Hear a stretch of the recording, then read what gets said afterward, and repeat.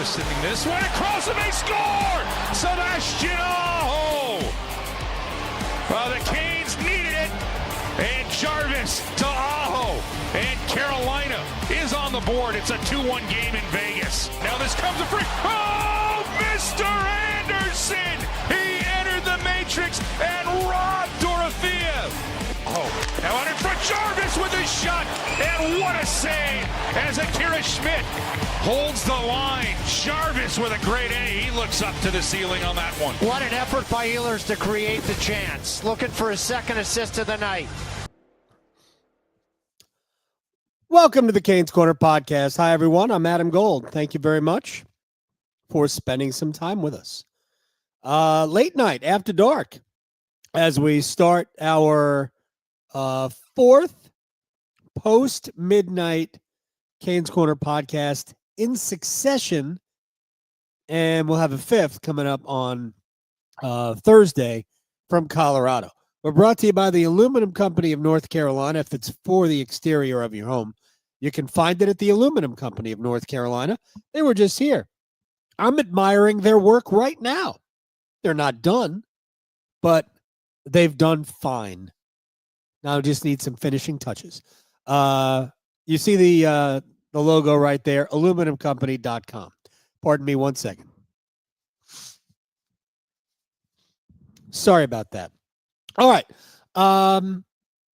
It was bound to happen, right?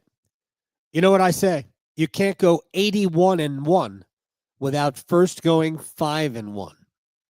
Hurricanes fall 4-1 to the Vegas Golden Knights. And honestly, a good hockey game. Carolina was right there. They could have won the game. Wouldn't have been that crazy if you heard in one of the highlights there, Ehlers finding Jarvis on the doorstep. I mean, if that goes, it's 2-2. You don't know what happens the rest of the way. I thought Carolina was getting better and better as the game wore on. But ultimately, Vegas got the third goal when Ivan Barbashev took the puck from Keandre Miller and scored. And that made it 3-1. Carolina actually had to kill off a penalty. It was like 7 minutes left in the game. They had to kill off a penalty, which they did. Penalty kill was excellent tonight. But just couldn't find another goal. They had chances tonight. We'll talk about it. Because it's not all bad. I mean, I'm not surprised that everybody's upset. We haven't seen a complete game from Carolina yet this year. And they were 5-0 without really playing a complete game. And I've said this before. Carolina's best game this year so far came against the New Jersey Devils on opening night. It was the game that most looked Hurricanes-y to me. The only thing that didn't was there were some defensive breakdowns that ultimately ended up in their net.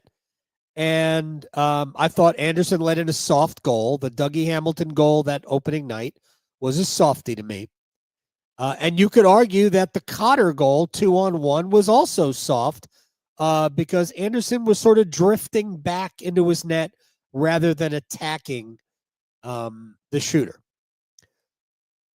But the third goal was a Jarvis, losing Jesper Bratt on the back door. Jarvis can't do that, but he owned it. But ultimately, Carolina won the game. They were the better team all night.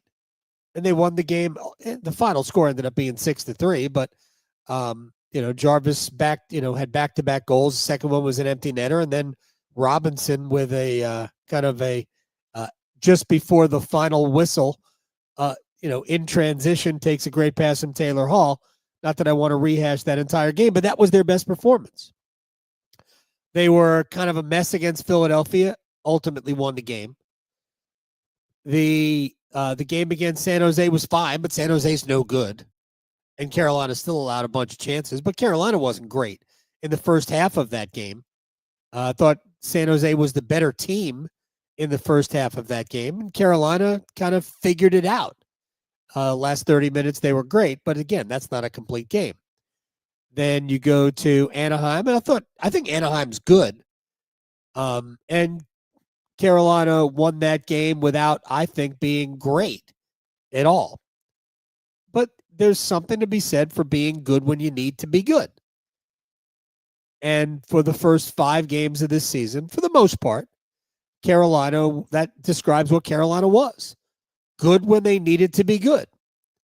Again, except for that game against the Devils. And tonight, that's not, water finding its level or anything like that.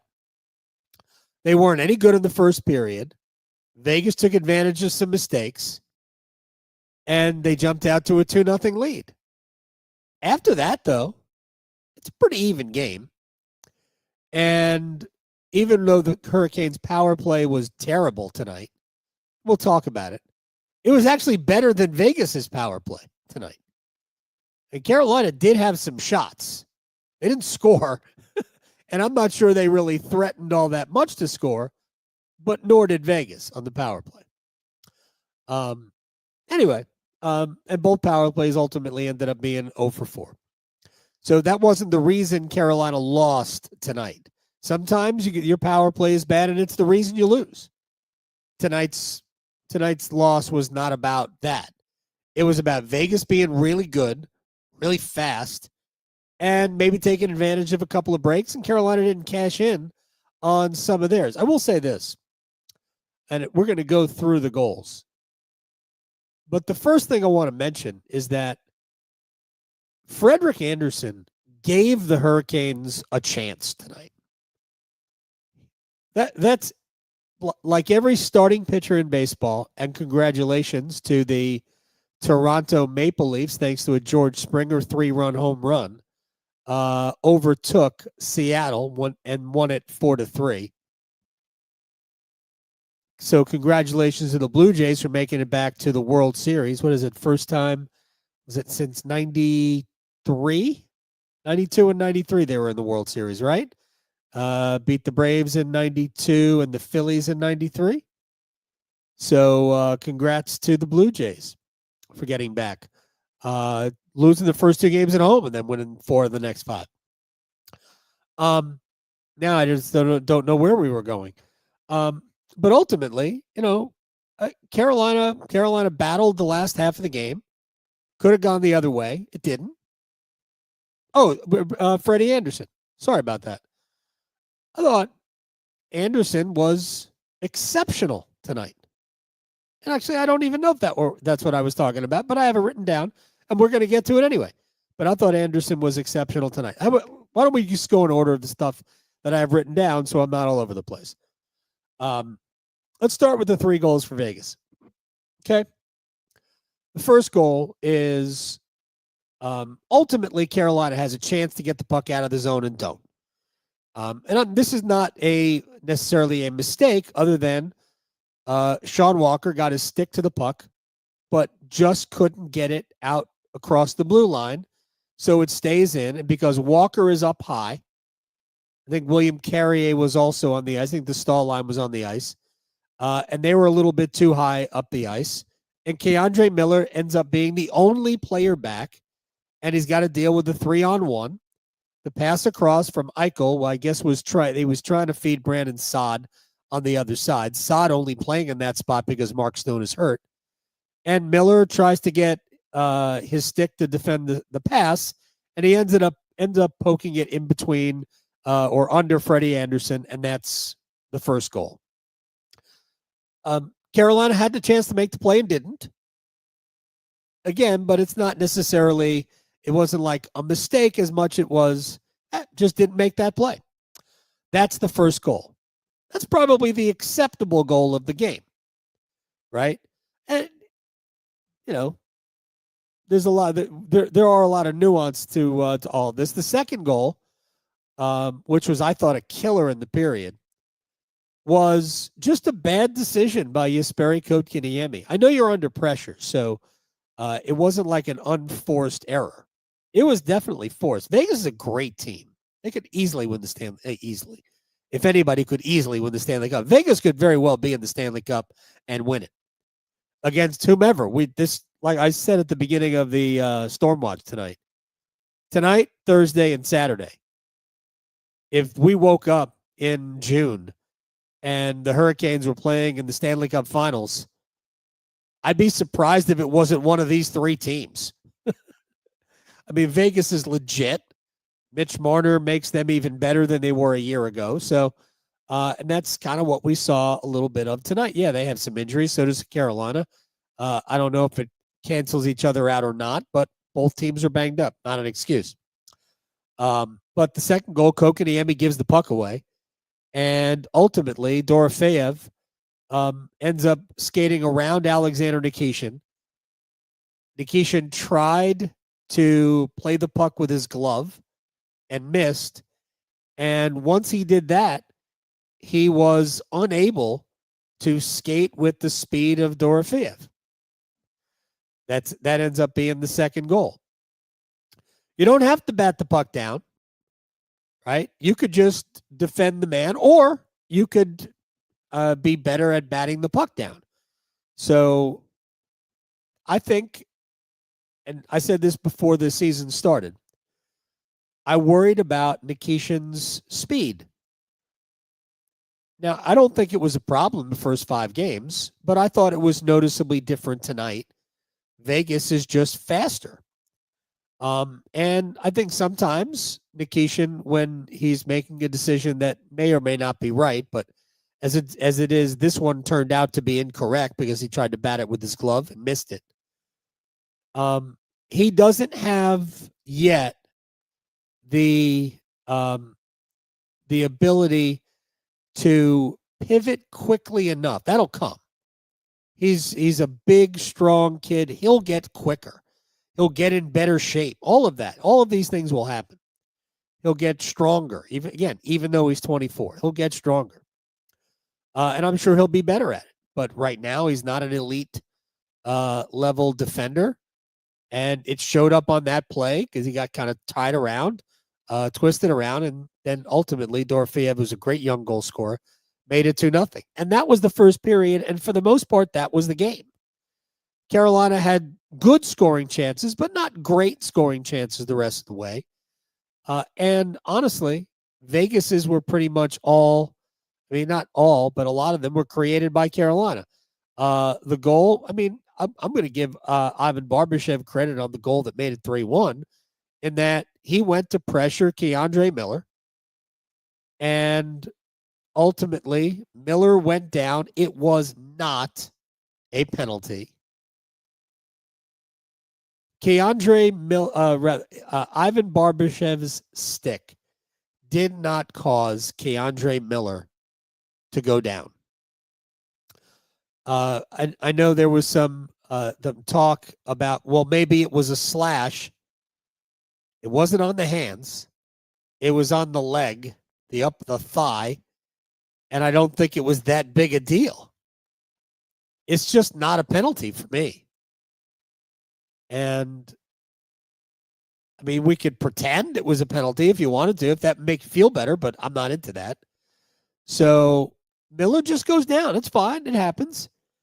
And then the puck is there for Ivan Barbashev, and he finishes it. 3-1. That was pretty much the game. At that point, even though there were 7 minutes left, it was hard to see a way through to where Carolina would score twice. But those were the 3 goals that I saw. All right, let me get to the power play quickly. It was not good. I thought it was better later, but ultimately it was not good. But neither was Vegas's. So I'm not going to sit here and pretend that this is the reason why Carolina lost the game. They were 0 for 4. Vegas was 0 for 4. Remember, for each side, 2 of the power plays, you basically only got half of them. The first one, I thought Carolina got the first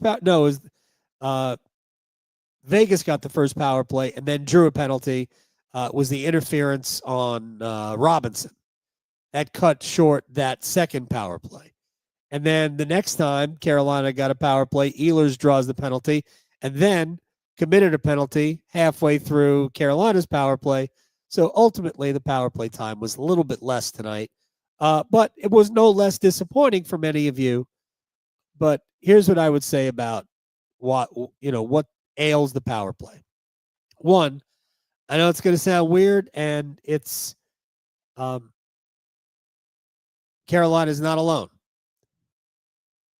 And there are a bunch of teams that have a power play that is pouring in goals. That is clearly not Carolina. Rarely is that the case anyway. And if you want to criticize the power play in general,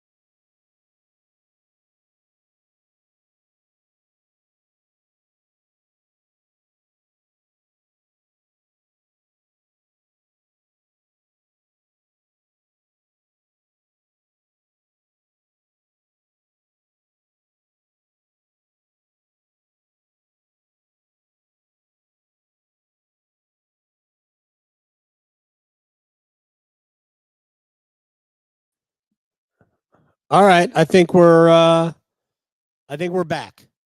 Pardon, pardon the, uh, pardon the problem there. I guess we were talking about the power play. So let me just continue here. Please excuse the technical issues. The system just shut down for a second. Carolina's got a puck movement problem and a player movement problem right now. There are new pieces. Nick Ehlers definitely is not the Nick Ehlers that we watch with Winnipeg right now. For whatever reason, it's not always easy to be the new guy and try to fit in. He has not played all that well, in my opinion. It's okay. He'll get it. It's only been 6 games. No need to lose everybody's mind. But it's not just him. I don't think Sebastian Aho has been particularly good in the power play, nor Seth Jarvis, in spite of the fact that he has one of the 2 power play goals. I did like the Blake pass to Jarvis for the goal. Where was it? In Anaheim? Was it in Anaheim or was, I think it was, in San Jose. I don't remember. Whatever it was. Maybe it was Anaheim. It was Anaheim. I like that. I like the pass to Jarvis for the goal in Anaheim. Or Blake, his pass to Jarvis. Carolina could probably use some more size on that power, or some size on that power play. I also think that, and I say this all the time, there are 2 elements of the power play that I think you have to be a truly successful power play, unless you have like elite nutsy talent, like Tampa, right? Or Edmonton. I think you must have low to high. Must. And right now, Carolina is not using low to high. Why? I don't know. They're just not. And I do think you have to have somebody at the top of the power play who can walk the line, who can walk the blue line. Shane Gostisbehere can. Nobody does it in a Hurricanes uniform better than Tony DeAngelo did. But Gostisbehere can. They got to have one-timer possibilities and be ready to go, ready to pull the trigger. I don't think Carolina's got that. But ultimately, it comes down to, can you move the puck? Can you move each other? And can you come from behind the net? And I don't think Carolina's doing a great job of any of those things right now, which is why they are 2 for 21 or worse. I don't even know what it is. They were 0 for 4 tonight. I don't think Keandre Miller, to me, I don't think he looks like a power play guy. Now, I think the idea is to try him on the power play, but now he's playing on the top unit, and that's no good. He's not good at bringing the puck up the ice, at least on the power play as far as I can see. His decision-making is not great. And I thought he struggled to not only keep the puck in a couple of times, but he struggled to pass the puck. Like I'm not sure it's his thing. Maybe it is. It's just he just didn't play well. But with the first unit, you need something better than that. And right now, given the players that Rod Brind'Amour has healthy, I'm not sure Mike Riley isn't a better option at the top of the umbrella on the power play. Now, before I continue here, Alexander Nikishin, to me, should not be an option on the power play unless he is a second defenseman and you utilize him really as a shooter. Because I'd like to see that shot more on the power play. Anyway, to me, that's the issue. The power play needs some of those elements, and they just don't have them right now. But I think that is primarily because they're just not moving. And I floated this to Trip Tracy in the pregame, and I'm absolutely dead serious. I'd love to see Stahl, Martinook, and Carrier in the power play because I know they're going to outwork the other team. If you don't outwork the penalty kill comes naturally desperate. We watch Carolina kill penalties. They're awesome at it. And again, Vegas came in having 5 power play goals in their last 9 attempts. They were well over 30% on the season. And Carolina shut it down. Just absolutely shut it down. So if you don't outwork the other team when you have the man advantage, you're probably not going to score. Just not going to happen. All right, now a couple of other things. Then we're going to close up shop here. It is late, and I know some of you have to go to work. Mikhailov in Adelaide Hills. What is it? Man, you might be finishing up lunch. For all I know right now. The Hurricanes have to get more out of certain players. Again, I think we saw Jarvis, Aho, and Ehlers start to figure it out. Really, I liked their game tonight. The fourth line has kind of stagnated a little bit last couple of games. Although I thought Kokoniemi was very good on Saturday in LA. Robinson has been very good, I think, every game. Andre's not it right now. But since they're not going to pull him out of the lineup, I have a suggestion. Then the suggestion is, Andre, we're going to put you back with Stankoven and Blake, and we're going to move Taylor Hall back down to play with Kokoniemi and Robinson. And we're going to give Andre an opportunity to play with top players again and go after it. I didn't love his game tonight. We saw a couple of good things from Andre, but Andre's got to be noticeable on every shift. He just has to be better. And this is not about, it's no longer about, if Andre could just be the Andre we all expect. Nah, man, I ain't even looking at that right now. I want to see Andre just make an impact in the game. And we're just not seeing it. And it's disappointing for a lot of reasons, but they need him. They need him to be a power forward. Heck, if Andre is never more than a 50-point scorer, whatever, they need him to be disruptive. And right now, and he really wasn't disruptive all regular season last year. Right now, Andre ain't disruptive. And I'm sure it's frustrating to a lot of people, to the coaching staff, to the front office. And it's no longer about figuring out a way to get Andre going. Andre's got to get Andre going, man. But because I do think that Taylor Hall can only play in your top 6 for short bursts, this is an opportunity to put Andre there. The other option, which I don't believe we're anything close to utilizing unless there is an injury to the forward group, is to bring up Bradley Nadeau. And I don't think they will do it. I don't think they should do it. Nadeau scored the lacrosse goal. I think it was yesterday. It was very cool. It sort of just kind of spontaneously happened. The puck was on its edge. Put it on the blade of a stick and went over around the, if you're staring at the goal, right side of the net, and shoved it up over the shoulder of the goaltender. There you go. There's a goal. It was all very cool. But we know Nadeau can score. And the Hurricanes, even though they've averaged more than almost 5 goals a game before tonight, they still need guys who can score. And maybe Nadeau won't be afraid to shoot on the power play. It's still, I mentioned it on Twitter, they still have a power play that sometimes refuses to shoot. And I don't get it. It's part of not outworking your team, your opponent. And it's part of, well, we're struggling to score. We have to make the perfect play. It's like they're only looking for a 1-foot putt.